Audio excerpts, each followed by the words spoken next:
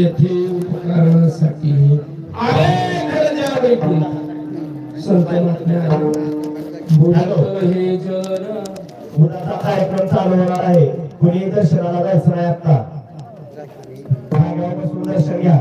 बुडाचा कार्यक्रम चालू होणार आहे आता. येथे उपकारासाठी आले घरच्या वैकुंठी तो आम्ही वैकुंठवासी आलो याच कारणाशी बोलले देवचे साथ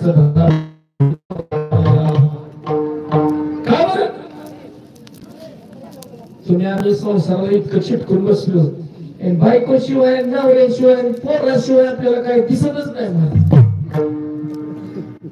बुडत हे जन न देखवे डोळा येतो पळवळा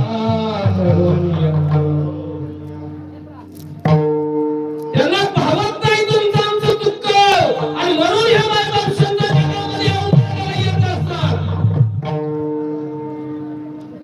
पूर्वी कर्नाटक राज्यामध्ये पूर्वी मुंबई राज्यामध्ये सध्या कर्नाटक मध्ये असाच एक महान संत त्या ठिकाणी जन्माला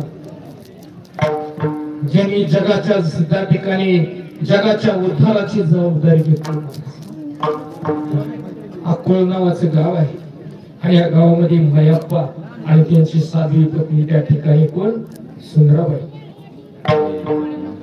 घराण्यात पहिल्यापासून पांडुरंगाची वाणी चालू आहे आणि आई साहेबांच्या घरी भगवान शंकराची भक्ती चालू आहे.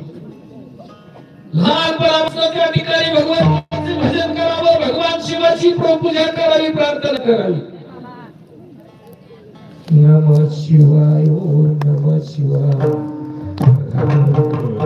नमः शिवाय गंगाधराय शिव गंगाधराय हर हर भोले नमः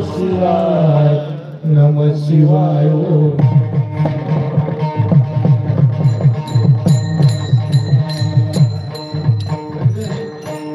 गाणारे चांगले वाजवणारा बी चांगला आहे थोडं पण आपल्याला गड्याकडे बघावं लागतं. नवला आपल्याला शिवा संपवायचं हे ध्यानात ठेवायचं बरं का.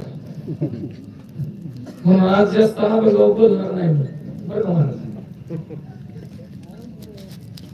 साधी असणारी सुंदराबाई आणि असणारी त्या ठिकाणी सज्जन मनाचे मयप्पा आणि अशा त्या ठिकाणी परिवारामध्ये त्या ठिकाणी हा परिवार अतिशय सुंदर. काय जमीन फिरून जमीन होती बरं का असं सांगते 10-12 गुंठ म्हणला मनामध्ये त्या ठिकाणी भगवंताची भक्ती त्यांच्यावर रुजलेली होती. असं करता करता त्या ठिकाणी दोघांचं लग्न लागल्यानंतर आणि पहिल्यांदा एक मुलगा झाला. त्याचं नाव त्या ठिकाणी भैरव. आई साहेबांना त्या ठिकाणी असं वाटू लागलं की आपल्याला भगवंताची भक्ती जास्त होऊ लागली. रोज भगवान शंकराच्या मंदिरामध्ये जावं, रोज भगवान शिवाची प्रार्थना करावी.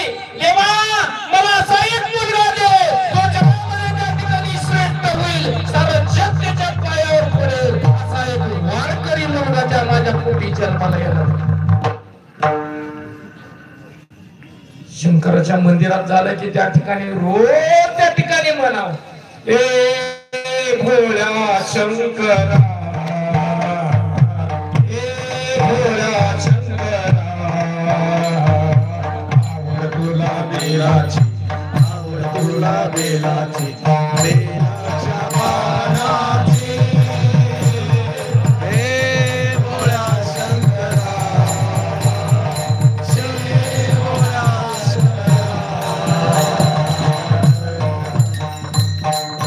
भोलेनाथ आले तुझ्या दारी